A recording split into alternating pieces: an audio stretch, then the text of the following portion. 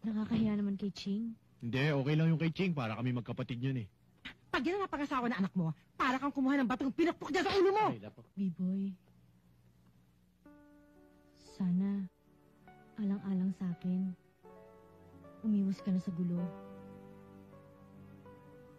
Bayaan mo, alang-alang sa'yo. Ipinangangako ko, hindi na ako masasangkot sa anumang gulo.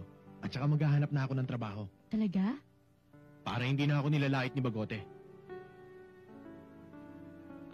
Gina, pakis naman oh. Ano ka ba? Nandiyan ang itay, no? Sige na. Isa lang. Tawag ka yata ni Bagote oh.